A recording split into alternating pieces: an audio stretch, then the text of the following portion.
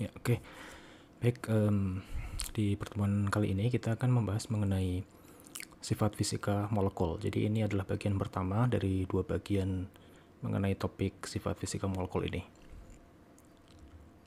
Baik, kita akan mulai terlebih dahulu dengan pendahuluan. Mengapa sebetulnya kita memerlukan pemahaman mengenai sifat fisika molekul ini, khususnya nantinya ketika berkorelasi dengan sifat fisika molekul obat ya. Yang pertama itu adalah dari pemahaman mengenai sifat fisika molekul obat, kita nantinya akan dapat memperoleh relasi atau pemahaman mengenai relasi atau hubungan antara sifat fisikokimia molekul obat dengan struktur molekul serta aksi yang dapat diberikan oleh molekul obat. Jadi nantinya ketika kita mengetahui sifat fisika serta sifat kimia dari molekul obat, itu korelasinya adalah kita dapat mengetahui struktur molekul, kemudian implikasinya kita juga akan bisa memprediksi atau mengetahui aksi yang mungkin diperlihatkan atau ditunjukkan oleh molekul obat yang bersangkutan. Kira-kira seperti itu. Nah, kemudian dari korelasi itu, kita nantinya bisa memanfaatkan sifat-sifat fisika maupun sifat kimia dari molekul obat sebagai perangkat yang mendasar atau yang mendasari konsep drug discovery dan drug design ya. Jadi untuk drug discovery itu nantinya adalah misalkan kita ingin mencari kandidat molekul obat begitu, yang misalkan kita punya bahan, kita bisa mencari apa sih kira-kira potensi yang bisa dimanfaatkan oleh bahan ini atau senyawa ini. Nah, kita bisa berangkat dari sifat fisika maupun sifat kimia dari molekul obat tersebut. Kemudian kita juga bisa manfaatkannya dalam drug design atau desain obat. Jadi misalkan kita sudah mengetahui sifat fisika molekul atau sifat fisika suatu molekul obat seperti itu, nanti kita bisa merancang ya atau melakukan rekayasa terhadap molekul atau senyawa yang bersangkutan. Misalkan ketika kita nanti akan menyelidiki sifat-sifat kepolarannya atau polaritasnya, kemudian kinerja mereka ketika dalam pelarut itu seperti apa, dan seterusnya, itu nanti bisa digunakan ketika kita mendesain obat seperti itu ya. Baik, kemudian untuk sifat molekul atau sifat fisika molekul itu sendiri, kita bisa membaginya berdasarkan dua hal atau menjadi dua bagian. Yang pertama itu adalah sifat aditif, yang kedua adalah sifat konstitutif. Jadi kalau aditif seperti namanya, aditif add berarti penambahan. Kalau konstitutif itu lebih ke penyusunan seperti itu. Nah, untuk perbedaannya adalah kalau sifat aditif itu relatif bergantung pada jumlah sifat dari atom-atom atau misalkan gugus-gugus fungsi dari penyusun molekul tersebut atau senyawa tersebut seperti itu. Kemudian kalau sifat konstitutif itu nantinya lebih bergantung pada susunan struktur atom dalam molekul. Misalkan kita punya senyawa, strukturnya seperti apa, maka sifatnya itu bergantung kepada susunannya atau susunan struktur atom tadi. Nah, beberapa contoh dari sifat aditif itu misalkan bobot molekul, volume, kemudian kapasitas kalor. Maksudnya seperti apa? Nah, kalau bobot molekul kita punya katakanlah atom CH4 dengan atom C2H5 katakanlah seperti itu ya.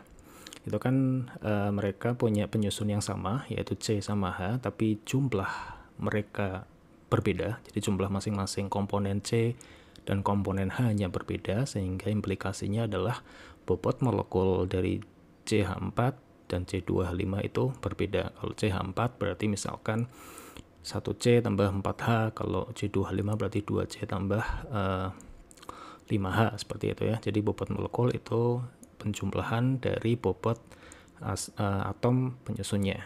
Volume juga seperti itu, kapasitas kalor juga demikian. Jadi kapasitas kalor itu nantinya berhubungan dengan seberapa banyak kalor yang dapat disimpan begitu ya dalam tanda kutip oleh molekul yang bersangkutan. Itu juga merupakan salah satu contoh sifat aditif. Kemudian kalau sifat konstitutif itu misalkan kita punya indeks refraksi atau indeks bias, kemudian ada tegangan permukaan serta ada momen dipol. Jadi di sini tidak bergantung kepada jumlah, tapi lebih kepada susunan atau arrangement begitu ya, dari struktur atom dalam molekul pada senyawa tersebut. Misalkan kita bicara mengenai air, indeks bias air itu kan tetap ya. Indeks bias air walaupun sedikit, air sedikit maupun air yang banyak, itu indeks biasnya itu akan tetap. Jadi kalau H2O karena strukturnya seperti itu, maka indeks biasnya yaitu tetap karena tidak bergantung pada jumlah. Kemudian tegangan permukaan itu juga sama. Misalkan saya punya minyak begitu ya, saya punya minyak, itu punya nilai tegangan permukaan tertentu. Kemudian misalnya minyaknya sedikit dengan minyak yang banyak, misalkan mereka adalah minyak yang sama, ya mereka pasti mempunyai tegangan permukaan yang sama. Jadi itu tidak terpengaruh oleh jumlah zatnya atau jumlah penyusunnya. Begitu pula dengan momen dipol. Jadi momen dipol ini nanti berkaitan dengan polaritas molekul. Jadi misalkan saya punya air yang momen dipolnya itu sekian, katakanlah, berapapun air yang saya punya, dia akan punya nilai momen dipol yang tetap. Begitu, karena dia bukan merupakan sifat aditif, melainkan sifat konstitutif. Namun demikian, kita juga punya sebuah atau beberapa jenis sifat begitu ya, sifat fisika molekul yang punya karakteristik aditif dan konstitutif secara bersamaan. Misalkan kita nanti akan membahas tentang refraksi molar atau bias molar begitu. Jadi refraksi atau indeks bias itu sama ya. Nah, itu nanti akan kita bahas di pembahasan yang lebih detail. Baik. Kemudian sekarang kita ambil contoh, misalkan saya punya ini sebelum kita masuk ke pembahasan mengenai refraksi molarnya itu sendiri, tapi di sini hanya saya ingin menunjukkan bahwa refraksi molar atau bias molar itu merupakan salah satu sifat yang punya dua karakteristik, yaitu punya karakteristik konstitutif yang berasal dari strukturnya, itu punya nilai refraksi molar yang spesifik seperti ini. Kemudian mereka juga punya karakteristik aditif. Jadi di sini adalah penjumlahan dari struktur-struktur yang spesifik tadi. Misalkan di sini saya punya dua buah molekul ya, saya punya dua buah molekul. Ini jumlah atom C-nya dan jumlah atom H dan jumlah atom O-nya itu semuanya sama. Oke, kita misalkan tinjau molekul yang atas terlebih dahulu ya. Nah, untuk molekul yang atas itu kan ada C2H5, kemudian C-double-O atau C rangkap 2O, kemudian CH3 di bagian kanannya. Itu kalau kita jabarkan atau kita uraikan misal ya, itu kan berarti kita punya 4 atom C yang berikatan seperti ini, kemudian ada H di sini, 1, 2, 3, kemudian ada H2 buah lagi di situ membentuk C2H5. Kemudian ada C ikatan rangkap 2 dengan O di sana. Kemudian di ujung kanan itu CH3. Jadi H1, 2, 3. Gitu ya. Ini untuk yang atas. Kemudian misalkan yang bawah itu kalau kita jabarkan kan kira-kira bentuknya nanti mirip walaupun tidak sama persis, tapi di sini kita punya jumlah C yang sama, 1, 2, kemudian ikatan rangkap 2 C dengan C, kemudian dengan C lagi.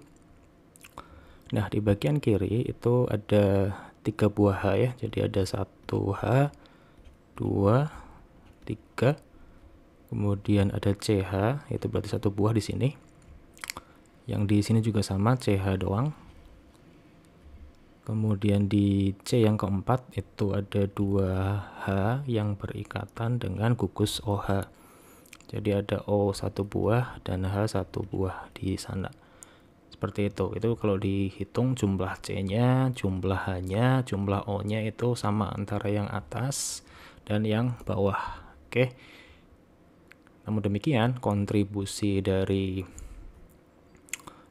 refraksi molar masing-masing ikatan itu berbeda. Jadi misalkan kita tinjau yang molekul atas, itu dia punya 8H yang berikatan tunggal. Jadi 8 kali, kita lihat dari data sebelah kanan ya di tabel ini, H itu 1,1 indeks biasnya atau indeks bias molarnya. Jadi 8 kali 1,1 nilainya 8,8 seperti itu. Kemudian kita punya C yang perikatan tunggal itu ada 3 buah ya. Ada 1, 2, 3 di situ. Jadi kita punya 3 kali 2,418 hasilnya itu. Kemudian saya punya 1 buah C yang berikatan rangkap 2, yaitu dengan O di sini.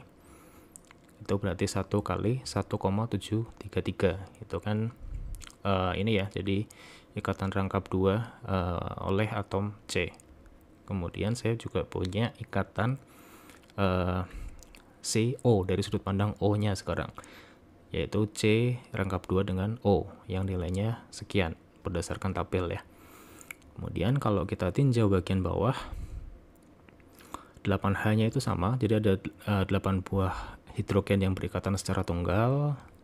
Kemudian ada 2 buah C yang berikatan secara tunggal juga, yaitu 1 dan 2 ya.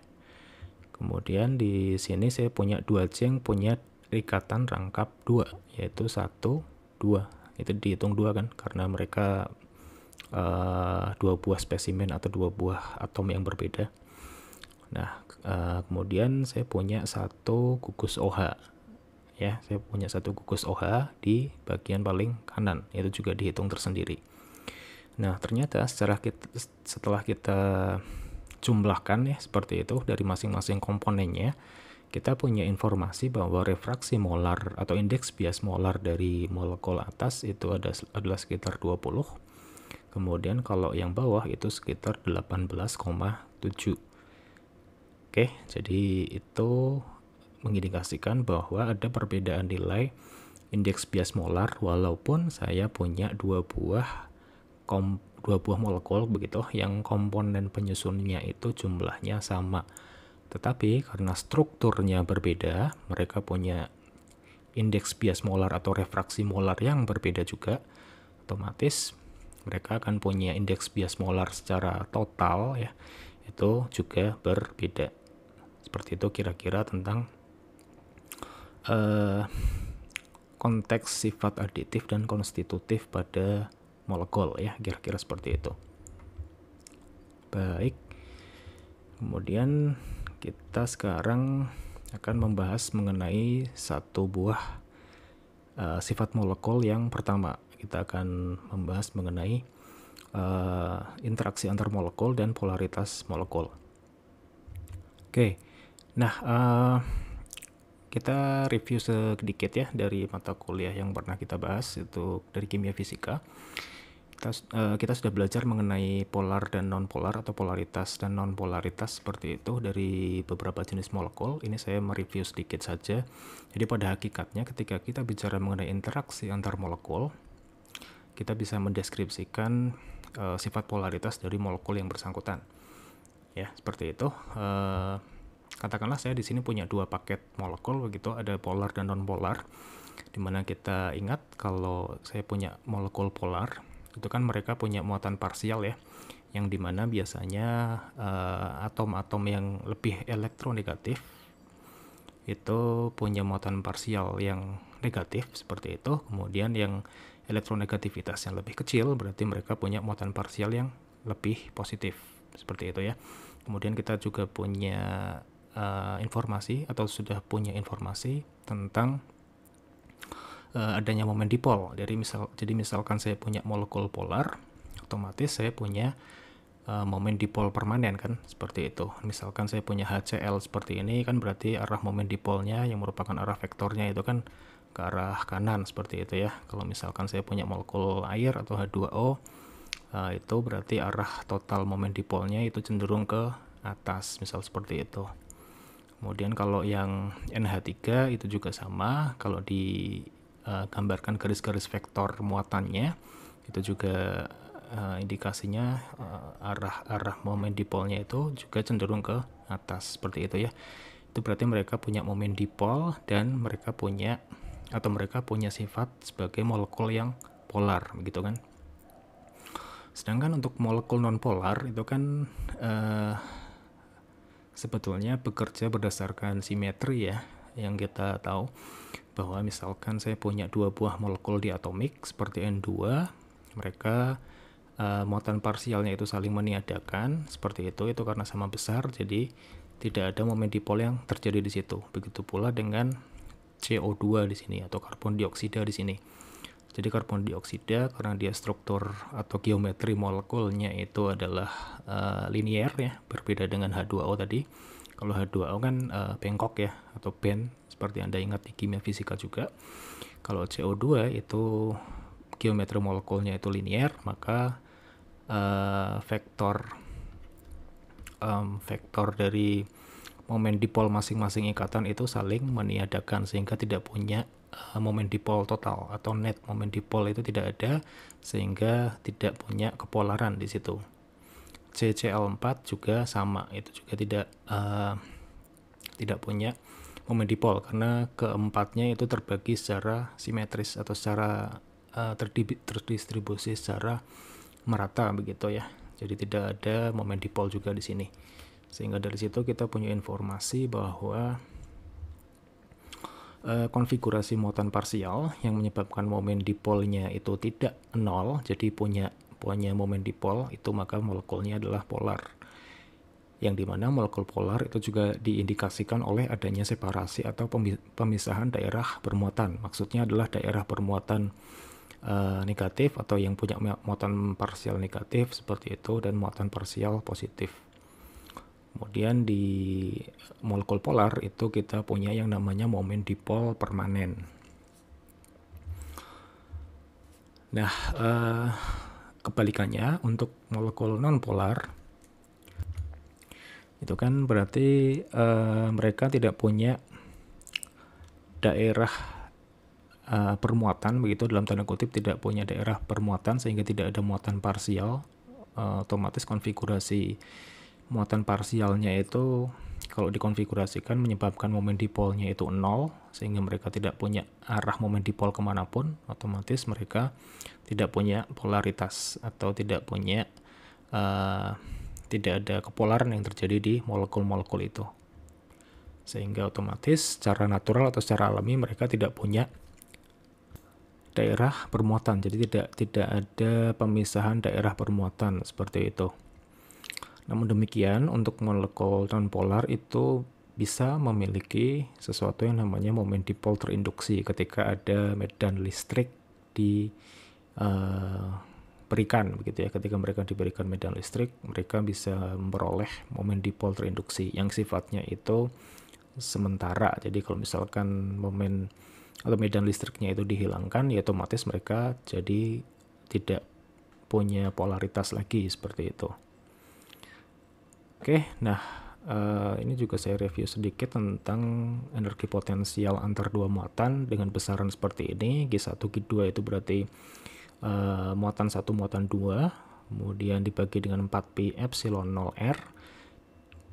Kemudian besarnya momen dipol atau mu itu bisa dideskripsikan oleh Q kali R ya. Jadi itu adalah beberapa rumusan yang kita manfaatkan dari pertemuan di kuliah kimia fisika yang lalu. Oke, kita tahu bahwa epsilon 0 itu adalah permitivitas ruang hampa dengan nilainya adalah konstan ya, seperti ini 8,854 kali 10 pangkat min 12. Oke, nah ini yang menjadi fokus pembahasan kita itu nanti berhubungan dengan permitivitas ini. Oke. Nah, tadi setelah kita singgung beberapa buah hal tentang kepolaran yang dimana dia berhubungan dengan momen dipol dari molekul-molekul yang kita kenal. Di sini kita punya sebuah tabel yang memperlihatkan momen dipol dari beberapa senyawa ya. Jadi saya punya beberapa macam senyawa dengan nilai momen dipolnya masing-masing dalam satuan dBA. Kalau kita lihat di sini, memang ada senyawa-senyawa yang punya momen dipol 0 dan ada senyawa-senyawa yang momen dipolnya itu tidak 0, di mana kalau kita perhatikan senyawa-senyawa yang momen dipolnya 0 itu kalau dilihat itu mereka punya bentuk yang cenderung simetris seperti itu, sehingga mereka tidak bersifat polar alias non polar begitu ya. Sedangkan untuk momen dipol yang tidak nol itu secara sekilas kita tahu bahwa mereka akan bersifat polar karena punya nilai momen dipol, walaupun kepolarannya atau polaritasnya itu bervariasi ya, mulai dari yang kurang polar sampai yang sangat polar begitu ya. Kalau diperhatikan dari angka-angka ini. Oke. Nah, kita sekarang akan membahas mengenai besaran yang disebut dengan konstanta dielektrik. Oke, ini nantinya juga akan berhubungan dengan permitivitas dan polaritas yang tadi kita singgung sedikit ya. Jadi apa yang disebut dengan konstanta dielektrik? Di sini saya akan menampilkan terlebih dahulu sebuah skema sederhana tentang sumber daya begitu ya. Sumber daya di sini berupa batu baterai misalkan. Kemudian saya punya dua buah plat logam. Jadi kalau plat logam kan seharusnya mereka saling mereka bisa menghantarkan arus listrik ya, seperti itu. Katakanlah saya punya sumber daya di sini berupa baterai. Kemudian kalau saya mengalirkan arus atau menyambungkannya dengan kabel ke dua buah plat ini, jadi plat ini nggak saling menyentuh sama lain, satu sama lain ya. Jadi katakanlah saya menyambungkan dengan kabel seperti itu, sehingga seharusnya ada arus yang mengalir dari satu buah kabel ke baterai kemudian ke kabel yang lainnya. Itu nanti ada arah aliran elektron di situ ya. Ada elektron yang mengalir seperti itu, sehingga nantinya plat bagian kanan itu akan termuati begitu ya. Termuati dalam artian mereka menjadi permuatan karena adanya kutub negatif dari baterai. Mereka memberikan elektron dari situ, kemudian si plat bagian kanan itu akan memiliki muatan negatif. Sebaliknya di bagian kiri itu platnya itu akan bermuatan positif seperti itu. Nah, kemudian dari situ kita tahu bahwa untuk medan listrik itu akan mengalir dari muatan positif menuju ke muatan negatif. Jadi kalau digambarkan arah medan listriknya itu ke kanan dari plat ini ya. Namun demikian ketika saya di situ tidak menempelkan platnya begitu ya. Jadi dua buah plat ini terpisah dalam arah atau dalam jarak tertentu. Itu yang terjadi adalah kita harus memperhatikan bahwa di antara dua buah plat ini itu adalah udara atau yang biasa kita sebut dengan ruang hampa. Jadi ruang hampa atau udara itu bisa hampir disamakan lah seperti itu, walaupun tidak sama persis, tapi kadang kalau kita menyebut ruang hampa itu juga berarti udara. Nah, di sini kalau misalkan saya tidak punya bahan apapun di tengahnya, jadi kosongan saja seperti itu medan listrik tidak akan diteruskan ya. Jadi tidak ada arus yang mengalir di rangkaian ini.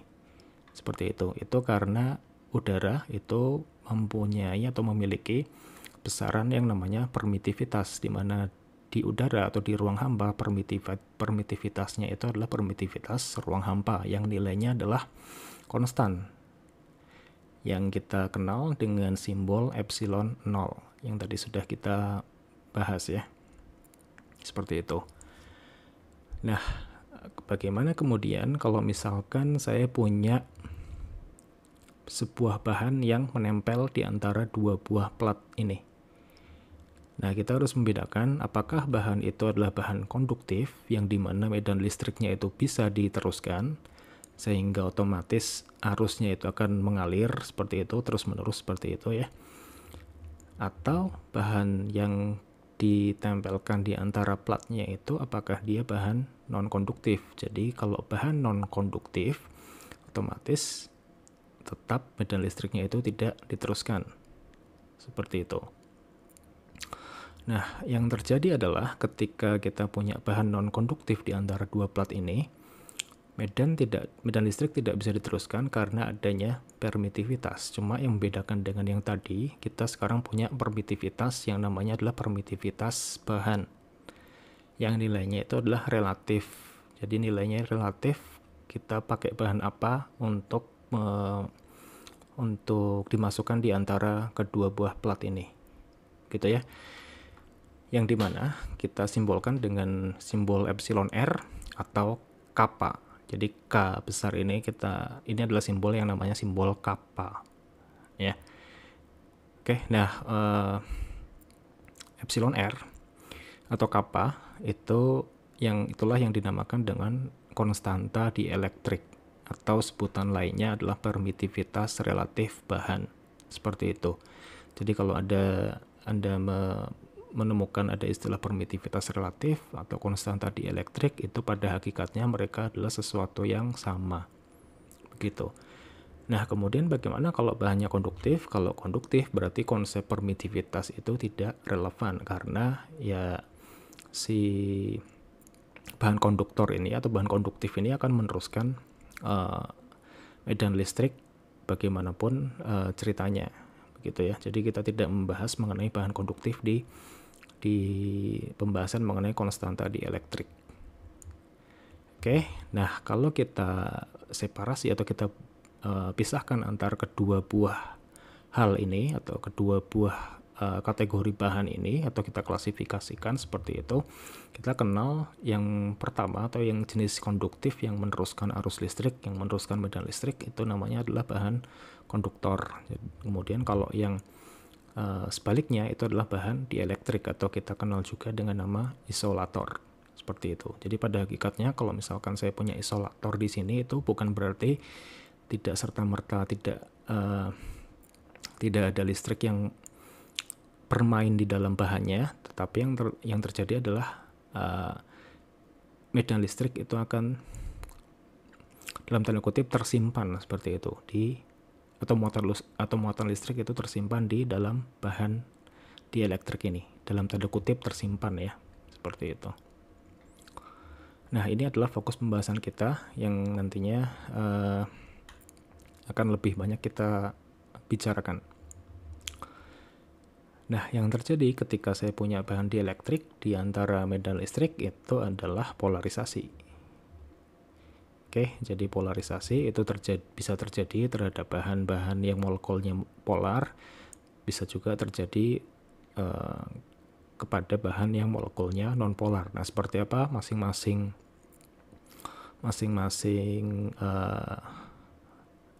reaksinya atau masing-masing molekul tersebut bereaksi terhadap adanya medan listrik, itu akan kita bicarakan lebih detail.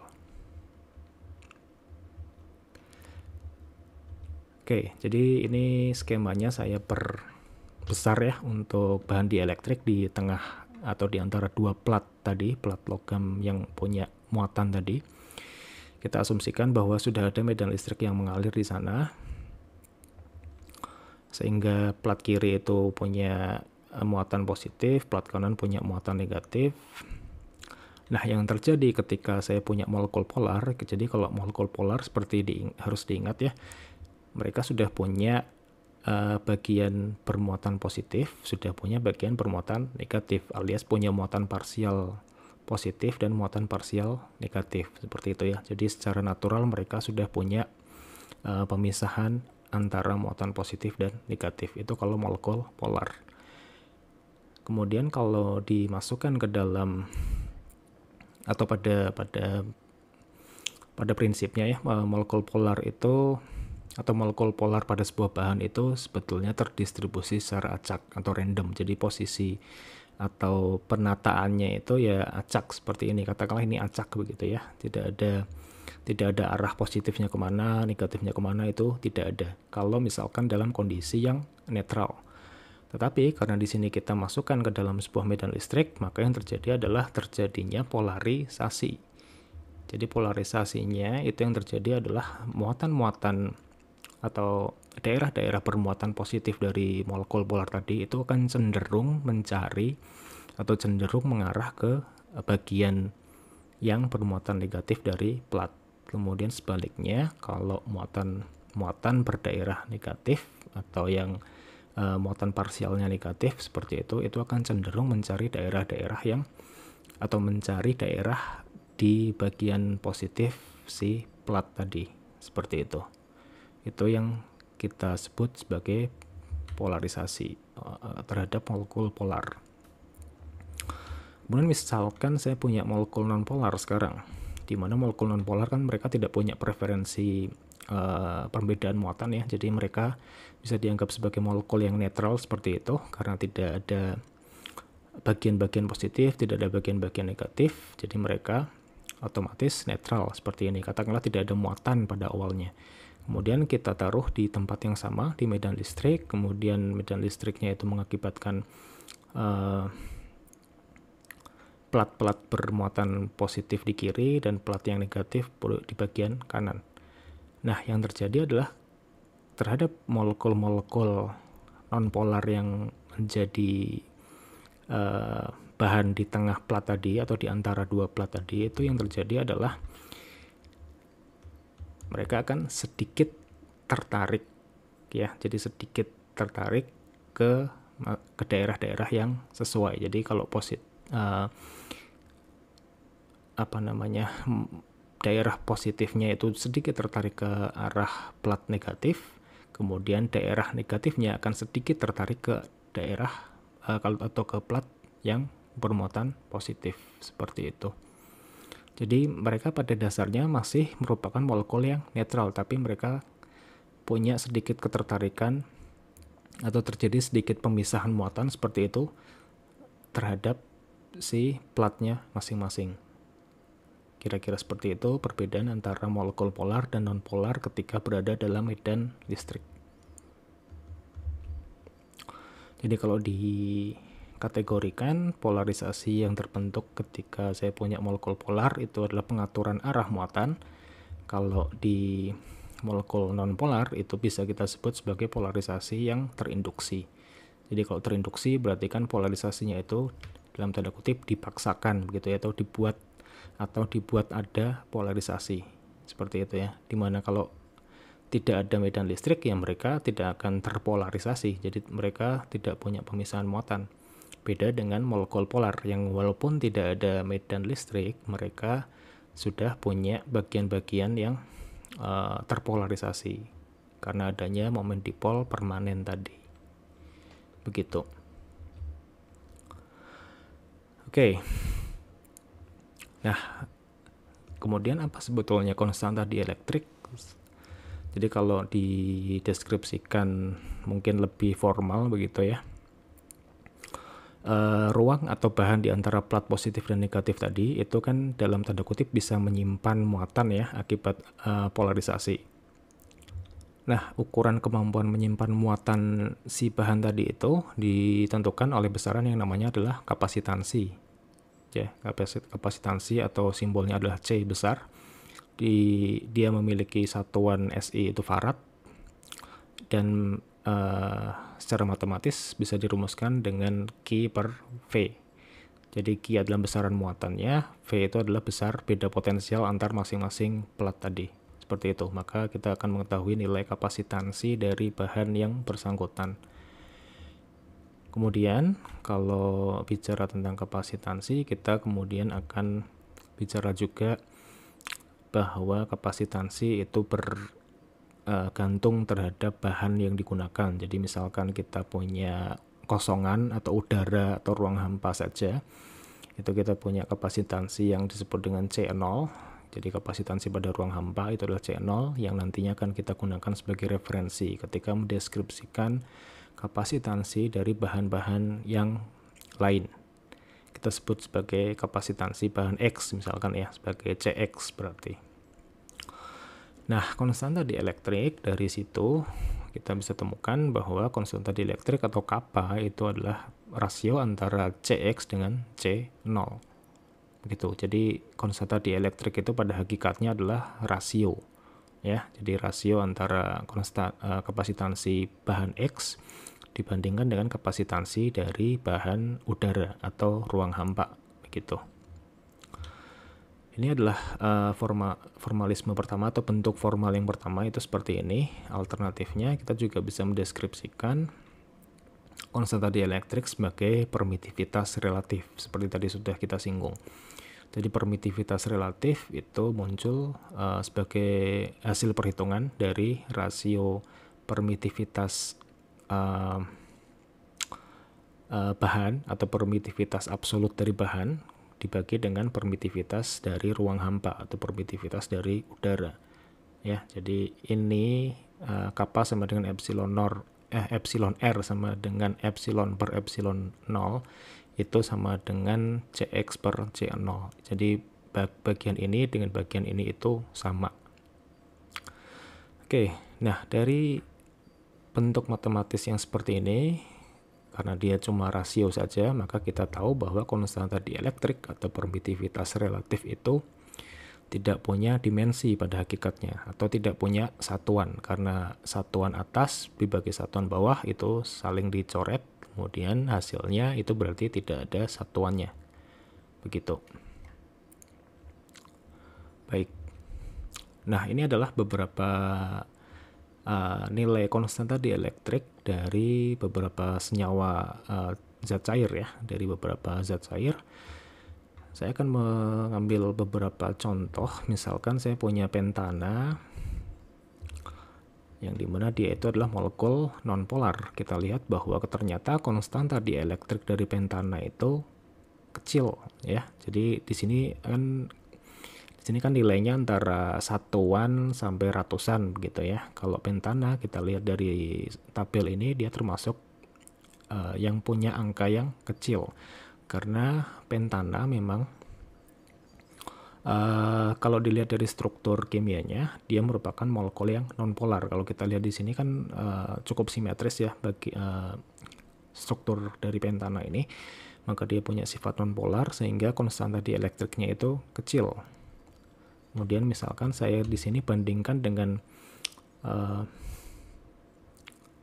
molekul yang hampir mirip dengan pentana, cuma di ekornya kita punya gugus OH di situ. Nah, adanya gugus OH di antara CH-CH yang banyak tadi itu membuatnya polar, walaupun kecil ya. Jadi istilahnya cuma satu buah gugus yang berubah saja itu sudah membuat keseluruhan molekulnya punya sifat yang berbeda. Misalkan yang tadi pentana itu nonpolar, di sini kita cuma mengganti satu buah gugusnya doang atau satu buah rantainya saja dengan gugus OH seperti itu, kita akan mendapati bahwa sifat kepolarannya itu sudah berbeda. Ya, cuma kalau dilihat dari sini memang konstanta dielektriknya itu dalam ranah puluhan atau belasan ya, jadi 13,9. Sekarang saya coba compare lagi atau bandingkan lagi dengan metanol. Jadi metanol itu juga punya gugus OH dan bagian CH-nya atau bagian metilnya itu lebih pendek ya dibandingkan dengan pentanol tadi.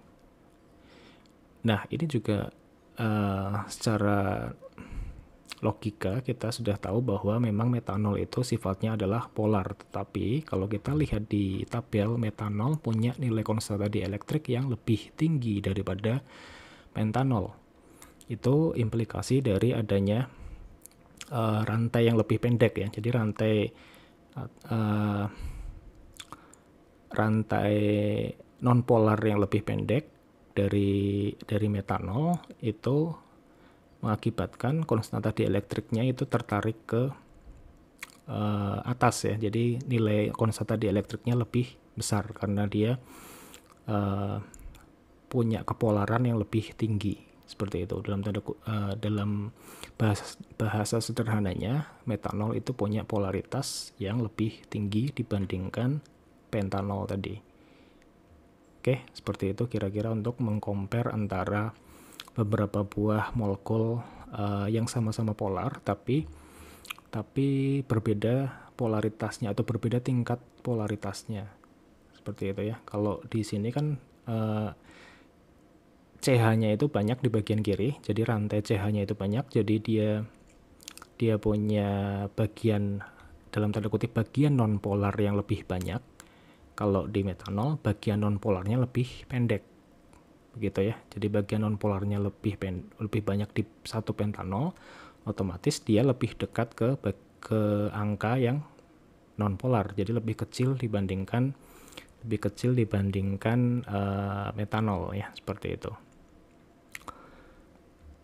Oke, itu kira-kira seperti itu. Kemudian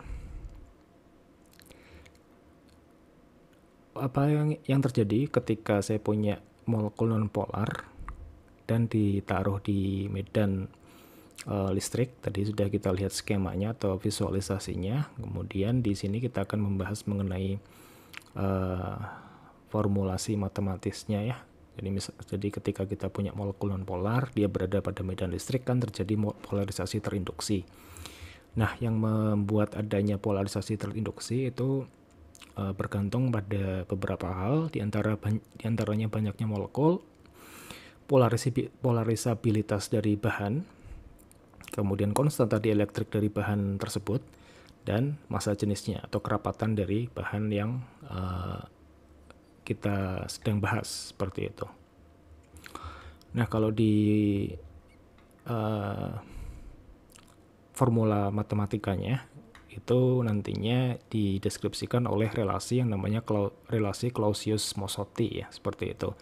Berdasarkan relasi ini, polarisasi molar terinduksi atau PI itu bisa diperoleh melalui persamaan ini. Jadi epsilon min 1 per epsilon plus 2 sama dengan 4/3 pi n kecil alfa p. Oke. Kemudian apa itu epsilon tadi di sini itu adalah konstanta dielektrik ya. Jadi di sini saya menggunakan simbolnya epsilon saja untuk mendeskripsikan konstanta dielektrik. Jadi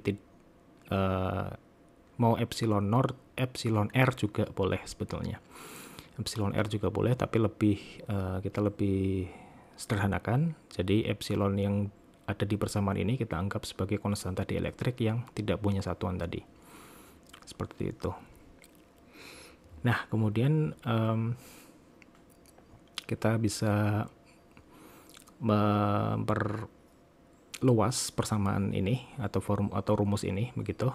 Jadi epsilon min 1 per epsilon plus 2 kita kalikan dengan massa atau bobot molekul dibagi dengan massa jenisnya. Jadi M per rho. Bagian kanan juga sama, kita kalikan dengan M per rho. Sehingga otomatis kita peroleh bahwa N kecil dikali M besar itu nanti akan dibagi rho itu nanti akan menghasilkan N atau bilangan Avogadro. Oke. Jadi jumlah molekul per satuan volume dikalikan dengan bobot molekul dibagi dengan massa jenis itu sama dengan bilangan Avogadro yang nilainya adalah 6,023 kali 10 pangkat 23 per mol.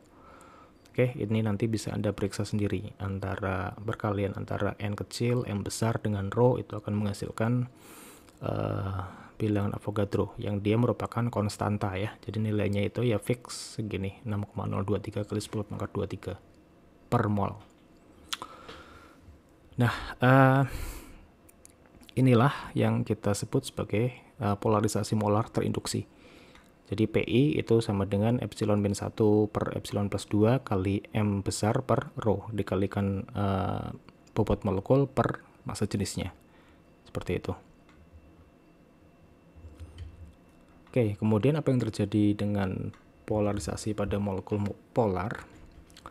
Nah, kalau molekul polar itu kan secara alamiah secara natural dia sudah punya dipol permanen ya, karena ya polar, namanya juga polar begitu, mereka punya momen dipol permanen.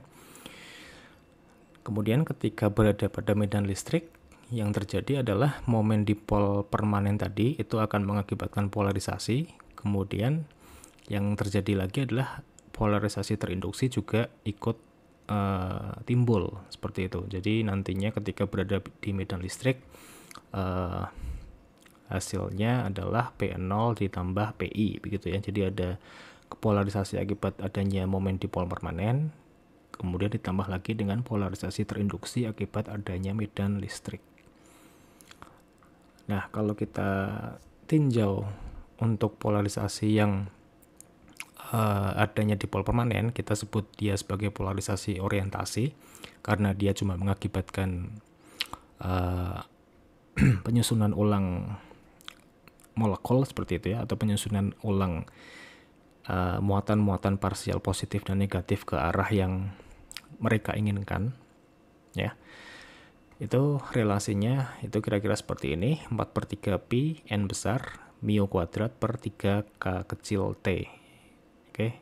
Jadi di mana n besarnya itu adalah bilangan Avogadro, mu-nya itu adalah momen dipol dalam satuan dB, di mana 1 dB-nya itu adalah sekian, 3,34 kali 10 pangkat min 30 Coulomb meter. Kemudian K-nya itu adalah konstanta Boltzmann, nilainya sekian, dan T-nya itu adalah temperatur. Jadi pada hakikatnya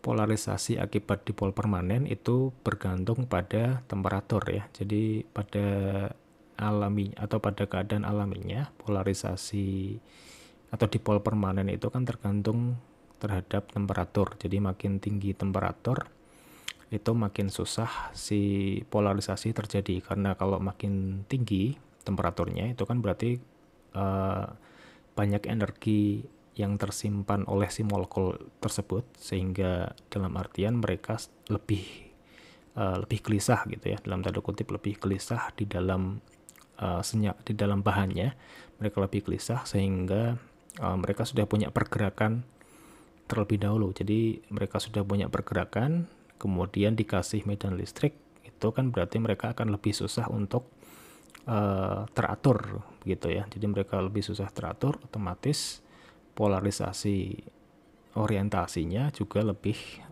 susah seperti itu. Jadi kalau makin tinggi temperatur, makin susah polarisasi orientasi itu terjadi. Tetapi kalau temperaturnya makin rendah, otomatis pergerakan molekul di dalam sebuah bahan itu tidak banyak seperti itu, atau tidak random sekali, otomatis polarisasinya lebih mudah terjadi. Jadi di sini sebandingannya adalah P0 sebanding dengan 1/T. Jadi makin tinggi temperatur, makin susah polarisasi terjadi.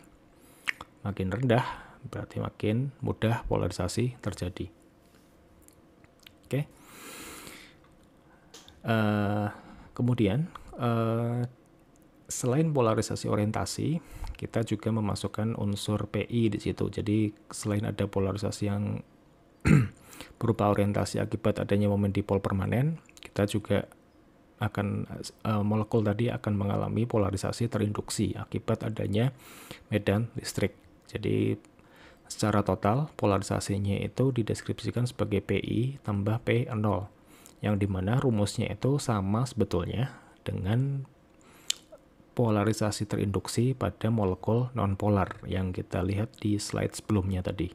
Ya, jadi ini rumus yang sama, cuma suku-sukunya itu berbeda. Seperti itu.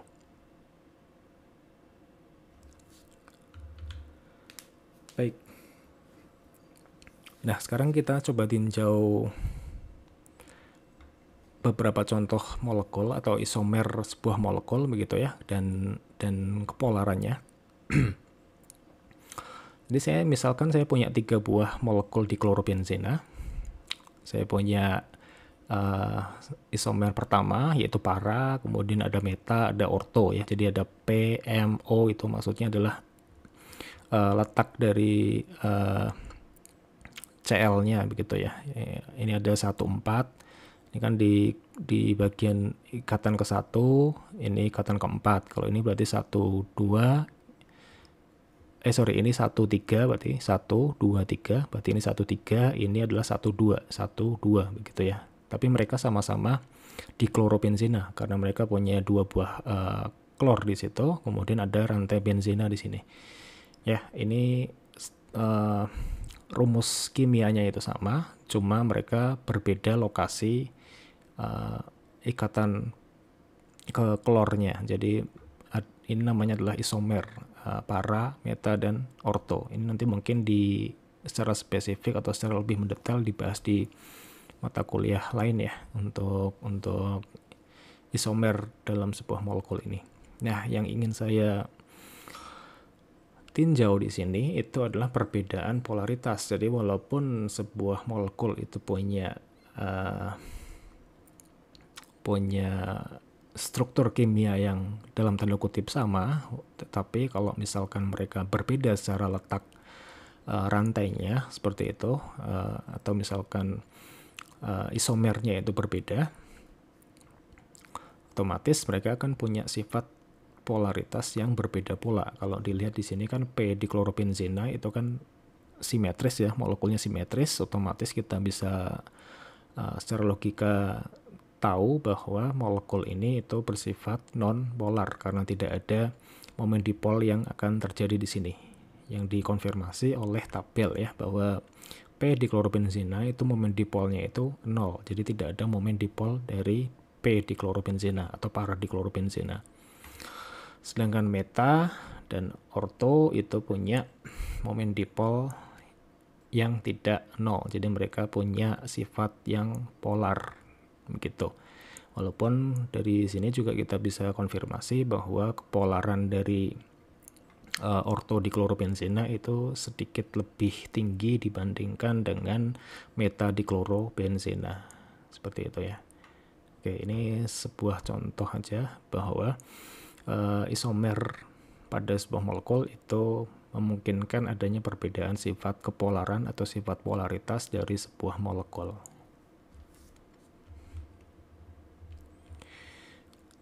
Oke, mirip dengan yang sebelumnya, kita juga bisa tinjau bahwa nantinya perbedaan sifat kepolaran itu berhubungan juga dengan aktivitas biologis dari molekul yang bersangkutan. Misalkan saya punya DDT atau diklorodivinyl trichloroetana ya. Jadi DDT itu salah satu obat yang dulu kita kenal sebagai anti-insektisida, walaupun sekarang penggunaannya itu sudah dibatasi dan diregulasi ya karena banyak hal yang negatif ditimbulkan dari penggunaan DDT. Cuma di sini saya sekedar ingin memperlihatkan bahwa isomer dari DDT yang terdiri dari para DDT. Jadi para, ada meta, ada orto, sama kayak tadi ya. Ada para isomer DDT, ada meta, ada orto DDT. Yang di sini terletak pada 1,4, kemudian ini 1,3, ini 1,2 ya. Nah, mereka sama-sama DDT, cuma ini adalah isomernya, jadi berbeda posisi klornya seperti itu, yang berbeda posisi klornya. Yang terlihat dari ketiganya itu adalah momen dipolnya ya. Jadi momen dipol dari para DDT itu 1,1, kemudian dari meta itu 1,55, dari orto itu 1,9. Nah, di sini juga kita memperoleh informasi tentang toksisitasnya terhadap insek atau terhadap serangga. Jadi ini yang paling toksik itu adalah yang para. Kalau yang meta itu sedengan begitu ya, atau tengah-tengah. Kalau yang orto itu paling kurang toksik. Jadi terhadap serangga si orto isomer DDT ini kurang toksik seperti itu ya, jadi kurang beracun untuk serangga. Ini berkaitan dengan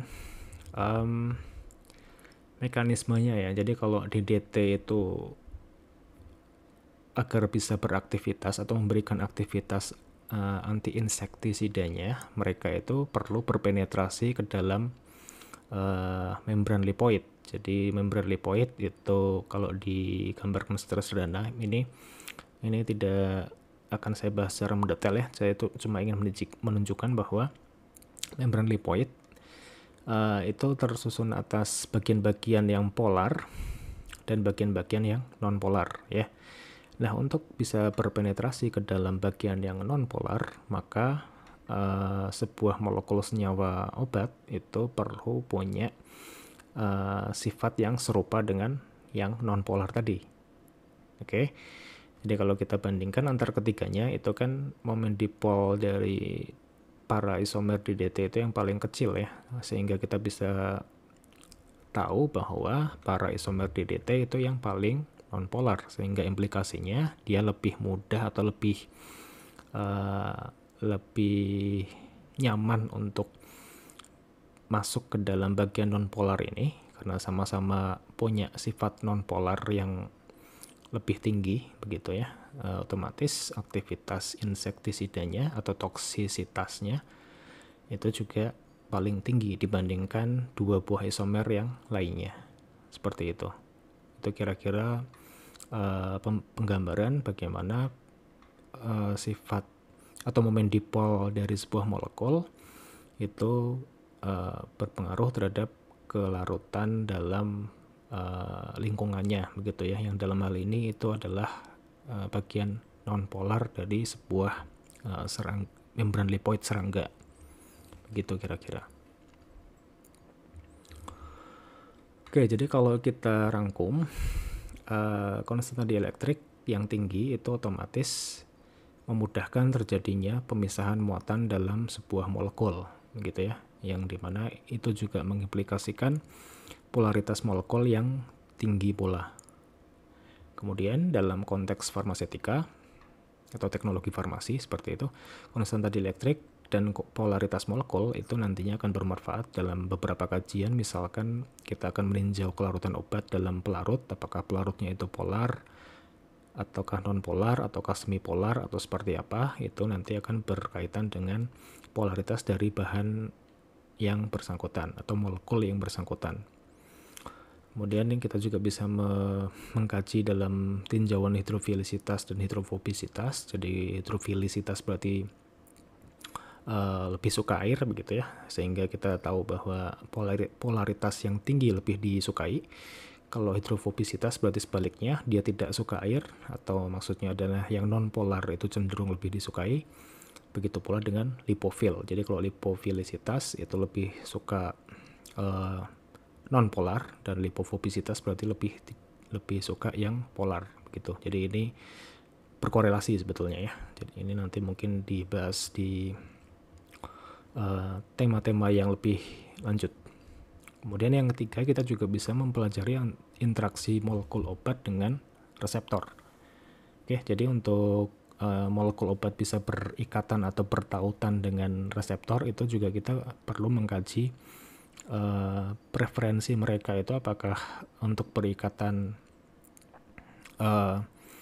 dengan reseptor yang bersifat polar atau reseptor yang bersifat non-polar. Jadi itu juga memengaruhi interaksi antara bahan obat yang berkaitan. Jadi misalkan molekul obat yang non-polar, ya mereka cenderung mencari atau bisa bertautan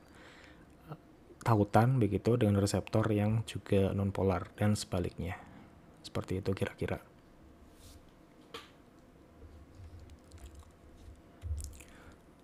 Oke, berikutnya kita sekarang akan membahas mengenai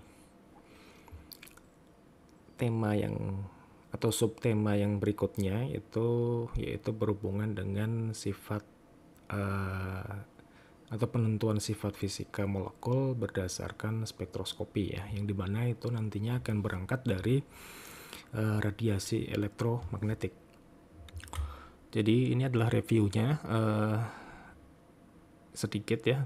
Kita juga sudah pernah membahas ini di perkuliahan yang lalu di mata kuliah kimia fisika. Cuman di sini saya akan mereview secara cepat saja tentang radiasi elektromagnetik atau EM begitu disingkatnya. Jadi kalau kita tahu bahwa elektromagnetik itu pada hakikatnya punya dua fungsi ya, dia bisa berfungsi sebagai gelombang, dia juga bisa berfungsi sebagai partikel. Namun demikian, di sini kita tinjau bahwa radiasi elektromagnetik itu bekerja sebagai gelombang terlebih dahulu, yang dimana gelombang elektromagnetik itu punya cepat rambat gelombang V atau laju gelombang ya, kemudian panjang gelombang lambda dan frekuensi gelombang F, yang relasinya digambarkan seperti ini. Kemudian untuk konteks gelombang elektromagnetik atau kita kenal juga dengan cahaya seperti itu, kan kita tahu bahwa cepat rambat cahaya atau kelajuan cahaya itu nilainya adalah C ya, yang dimana C itu 3 kali 10 pangkat 8 meter per second. Itu relasinya seperti ini. Jadi ini merupakan modifikasi dari persamaan yang atasnya, cuma C-nya kita V-nya kita ubah ke dalam C atau cepat rambat cahaya.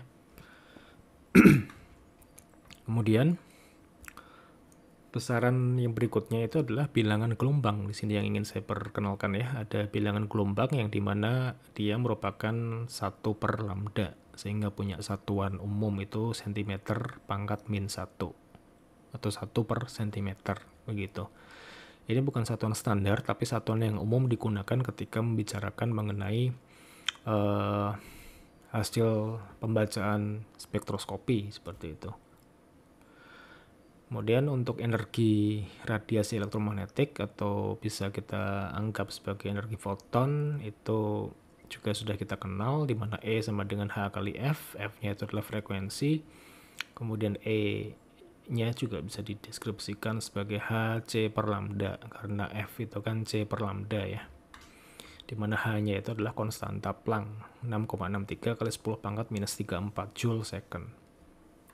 Kemudian kita juga sudah kenal adanya spektrum ya, spektrum elektromagnetik, mulai dari panjang gelombang yang panjang ke panjang gelombang yang lebih pendek, atau yang frekuensinya lebih tinggi ke frekuensinya lebih rendah. Itu berarti kalau diurutkan kan seperti ini ya, yang sinar gamma itu berarti frekuensi paling tinggi alias panjang gelombangnya paling rendah. Kemudian sampai ke gelombang radio yang panjang gelombangnya paling tinggi, frekuensinya paling rendah, seperti itu. Dan di sini kita juga sudah mengetahui bahwa ada sekecil bagian ya, ada agak kecil bagian dari spektrum yang besar tadi, itu adalah bagian miliknya cahaya tampak atau visible light ya. Jadi ada cahaya tampak yang dia kisarannya itu sekitar, panjang gelombangnya itu sekitar 380 sampai 780-an nanometer, yang dia diapit oleh ultraviolet dan inframerah di situ. Dan ini yang menjadi fokus pembahasan kita. Jadi bagian-bagian UV, cahaya tampak, dan inframerah itu yang akan menjadi fokus pembahasan kita ketika nantinya kita melakukan analisis bahan, katakanlah menggunakan metode atau teknik spektroskopi. Baik, di sini kemudian saya kenalkan dulu beberapa jenis spektroskopi atau spektrometer yang berbasis elektromagnetik ya. Mungkin di kimia fisika kita sudah pernah membahas sedikit tentang basic dari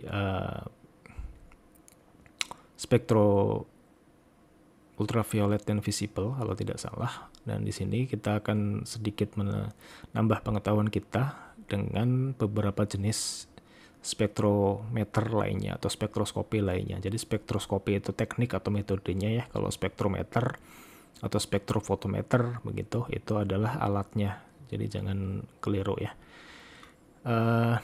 Jadi intinya adalah ketika kita mau melakukan identifikasi struktur atau melakukan identifikasi struktur atom, molekul, atau senyawa, kemudian sifat-sifatnya kita bisa mengetahuinya dengan metode spektroskopi, di mana spektroskopi itu sendiri bekerja berdasarkan prinsip interaksi antara si gelombangnya, yaitu gelombang EM, dengan atom, dengan molekul, atau dengan senyawa yang akan diidentifikasi. Kemudian interaksi tadi itu yang bertanggung jawab pada beberapa fenomena. Ada transmisi, misalkan refleksi, refraksi, absorpsi, kemudian resonansi yang menjadi dasar utama dari spektroskopi. Di sini ada beberapa contohnya, misalkan yang berbasis inframerah. Jadi ini contohnya adalah FTIR atau Fourier Transform Infrared Spectrophotometer. Begitu, FTIR begitu ya kita kenalnya. Ini seperti namanya, IR, ada IR di situ, berarti dia bekerja menggunakan cahaya inframerah. Kemudian ada spektrofotometer atau spektrometer UV vis, berarti ultraviolet dan visible. Jadi panjang gelombang yang digunakan itu berarti berada di daerah ultraviolet sampai ke cahaya tampak. Kemudian ada NMR atau nuclear magnetic resonance, begitu, atau resonansi magnetik inti spektrofotometer. Itu yang digunakan adalah resonansi dari inti-inti atom begitu ya. Itu nanti akan kita bahas belakangan sepertinya. Baik, sebelum kita lebih kenal dengan masing-masing jenisnya, kita akan berangkat dulu dari basis bahwa ketika kita membicarakan tentang spektrum atom, kita kan punya konfigurasi sederhana seperti ini ya. Misalkan ini digambarkan oleh orbit yang si elektron itu mengitari orbit. Yang terjadi adalah ketika ada mungkin saya ulang ya. Ketika ada gelombang foton yang masuk, itu mereka bisa tereksitasi ke atas. Kalau sudah keluar, dia kembali lagi ke bawah. Intinya cuma seperti itu, tentang interaksi foton dengan atom seperti itu ya. Itu nantinya kita tahu bahwa energi dari foton yang bekerja itu adalah sebesar H kali F ya, yang tadi sudah kita bahas. Nah, untuk spektrum atom itu sendiri bekerja pada dasarnya, ujung-ujungnya itu nanti akan terbentuk spektrum absorpsi dan emisi. Jadi kalau misalkan energi foton itu diserap oleh atom ya, jadi ada foton yang lewat kemudian diserap oleh atom, itu ujung-ujungnya atom itu akan memiliki energi lebih tinggi, otomatis dia akan naik derajat atau naik kelas ke level energi yang lebih tinggi seperti itu. Jadi mengakibatkan elektron itu bisa bertransisi dari keadaan lebih bawah ke keadaan yang lebih atas, atau kita kenal sebagai keadaan yang tereksitasi, yang nantinya mereka akan membentuk spektrum absorpsi atau spektrum penyerapan seperti itu. Sebaliknya, misalkan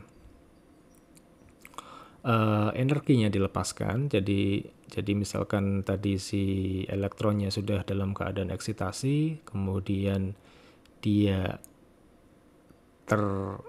deeksitasi ke bawah atau turun level begitu, turun tingkat seperti itu, maka dia juga akan mengeluarkan energi dengan besar yang sama, yaitu E sama dengan H kali F. Yang nantinya ketika adanya pelepasan energi ini, kita bisa mendeteksi spektrum yang namanya adalah spektrum emisi atau pelepasan begitu ya. Emisi itu kan berarti dilepaskan, kira-kira seperti itu. Oke, nah ini juga kita berangkat dari persamaan yang tadi sudah kita singgung ya. Jadi untuk besarnya energi foton yang diabsorpsi ketika transisi elektron ataupun diemisi ketika transisinya dari atas ke bawah, itu besarnya adalah HF. Jadi besarnya energi transisi itu adalah HF, di mana H tadi adalah konstanta Planck dan F itu adalah frekuensi yang frekuensi cahaya yang dilepaskan atau diserap oleh si atom yang bersangkutan. Oke, ini kalau dituliskan dalam persamaan berarti seperti ini ya. Jadi HF sama dengan HC per lambda, atau penulisan lainnya HC kali F topi begitu ya. F topi itu kan panjang gelombang ya, yang dimana besarnya itu 1 per lambda.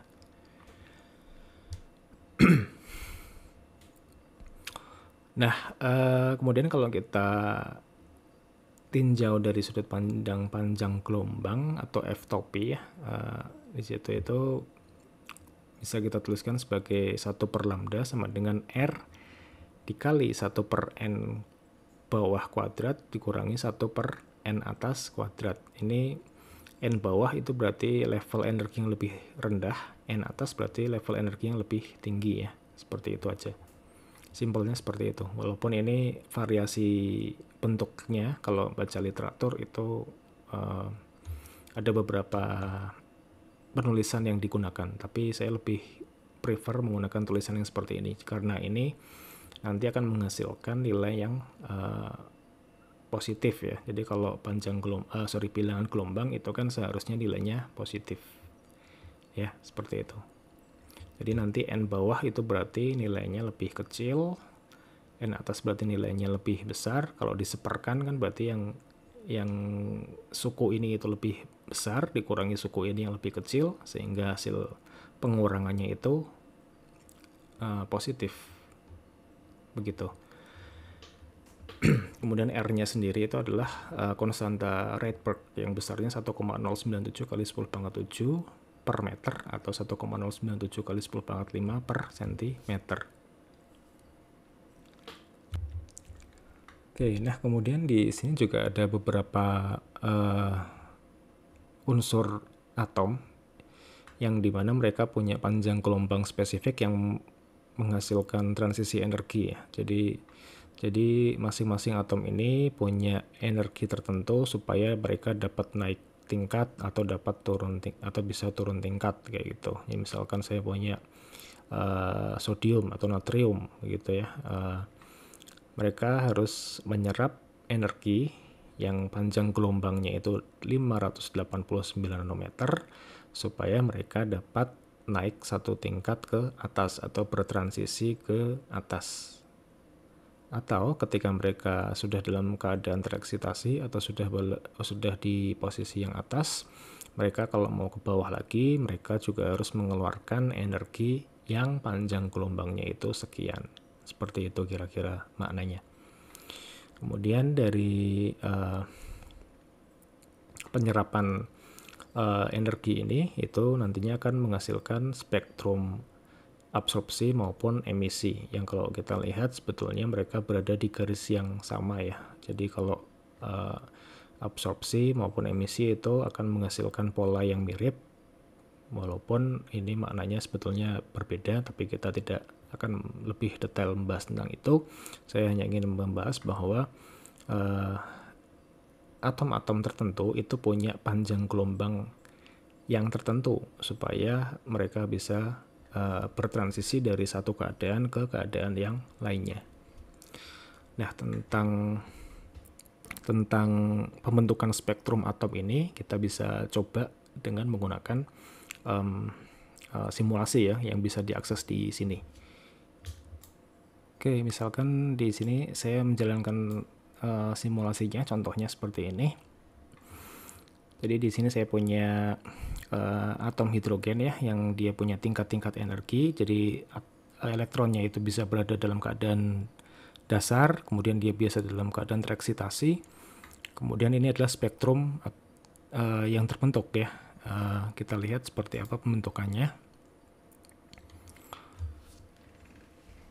Nah, jadi ketika ada gelombang elektromagnetik yang ditembakkan atau yang mengenai atom hidrogen ini, mereka akan terus-menerus dalam posisi tereksitasi, kemudian terdeeksitasi, jadi naik tingkat, kemudian turun tingkat, dan seterusnya. Jadi ini kontinu seperti itu, sehingga akhirnya mereka membentuk pola-pola seperti ini yang dicatat oleh spektrum yang sumbu X-nya itu adalah panjang gelombang di sini.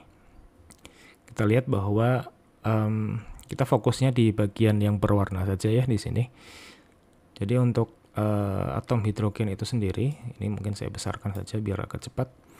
Jadi untuk atom hidrogen ini sendiri dia punya daerah-daerah penyerapan di beberapa nilai panjang gelombang.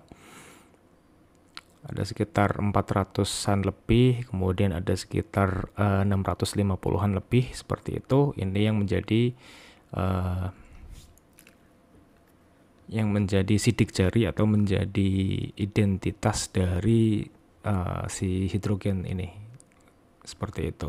Misalkan sekarang kita ubah ke sodium atau natrium, maka polanya yang terbentuk itu akan berbeda lagi. Karena yang sekarang terlihat itu adalah nilai penyerapan energi atau pelepasan energi di panjang gelombang yang sekian ya, sekitar 600-an lebih, dan ada juga di bagian 600-an kurang, cuma dia tidak begitu dominan ya, seperti itu. Oke, nah itu kira-kira penggambaran apa yang terjadi sebetulnya ketika ada gelombang elektromagnetik yang berinteraksi dengan atom.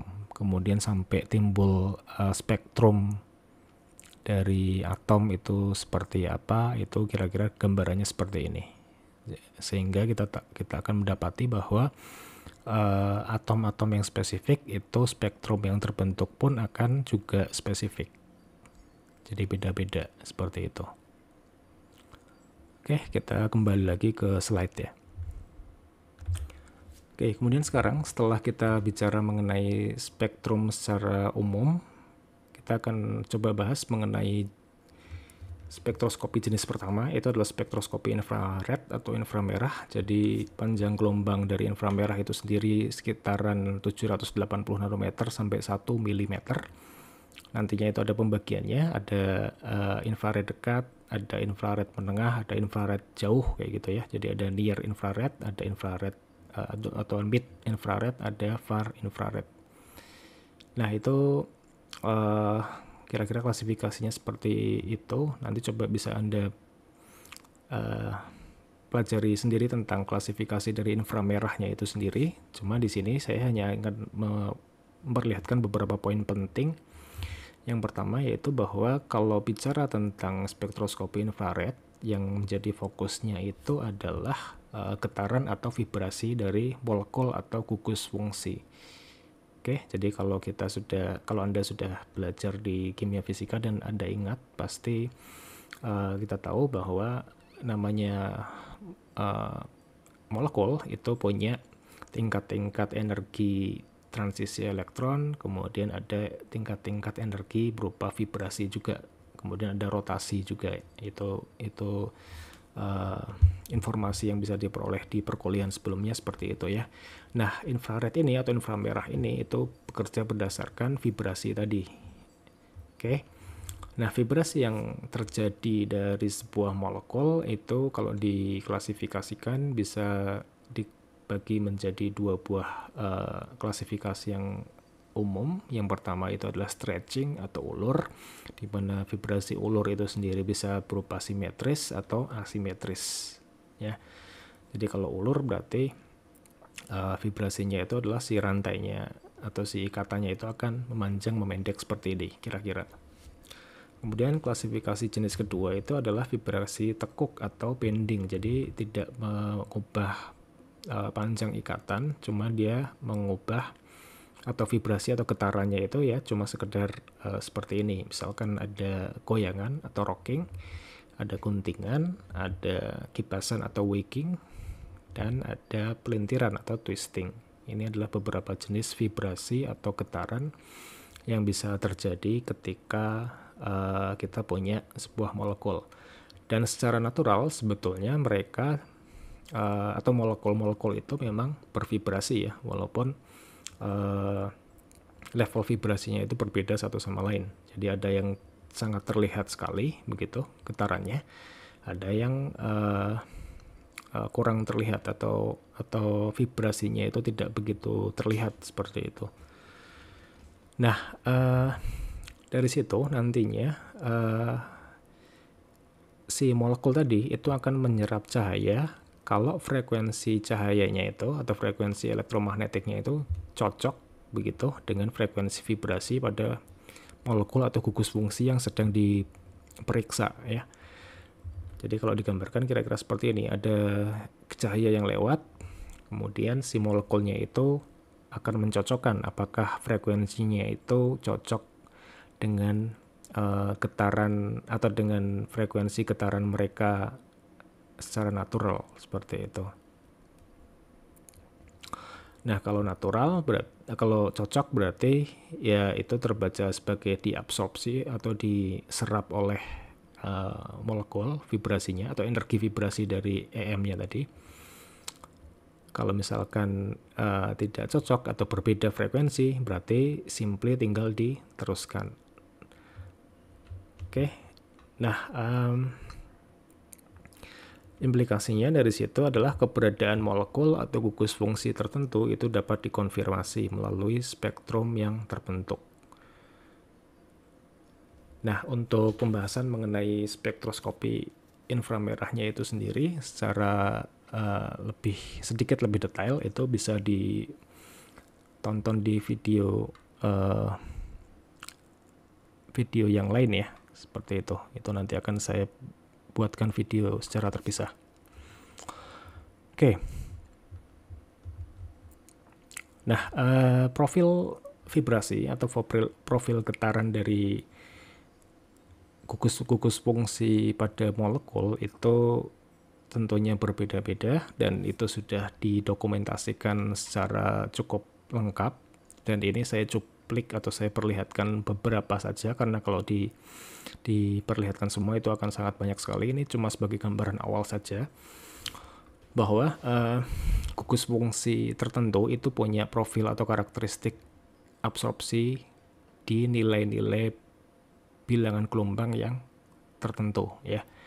Jadi misalkan saya punya gugus alkana berupa CH di situ, yang dia tipe vibrasinya itu stretching, maka ternyata bilangan gelombangnya itu adalah sekitar 2850 sampai 3000-an cm pangkat min 1, seperti itu. Kemudian misalkan saya punya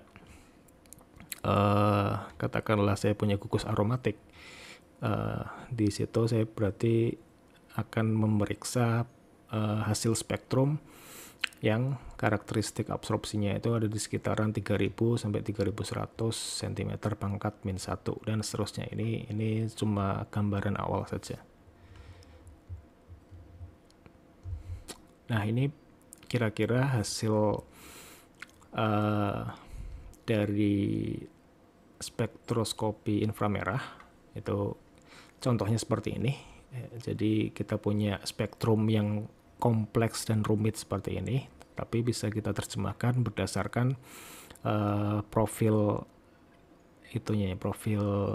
grafiknya. Jadi ada puncak-puncak yang kita bisa lihat di situ.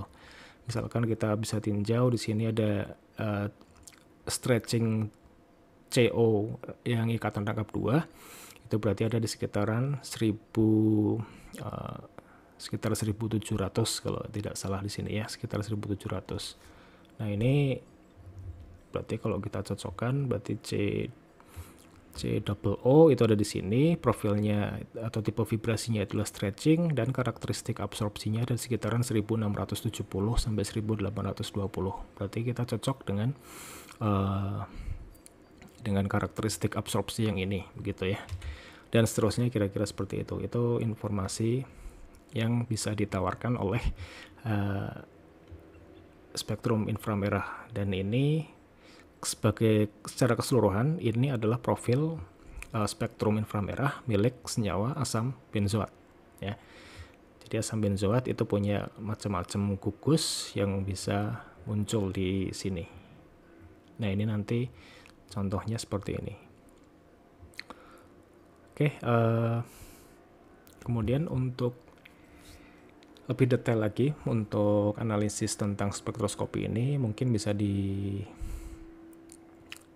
mungkin juga akan dibahas di pertemuan kuliah yang lainnya, di mana di perkuliahan ini saya hanya sekedar memberikan paparan awal tentang sifat fisika yang bisa dideteksi atau dianalisis dengan menggunakan spektroskopi inframerah ini, yaitu berupa vibrasi dari molekul, yang dimana vibrasi molekul itu menempel pada gugus-gugus fungsi yang berkaitan.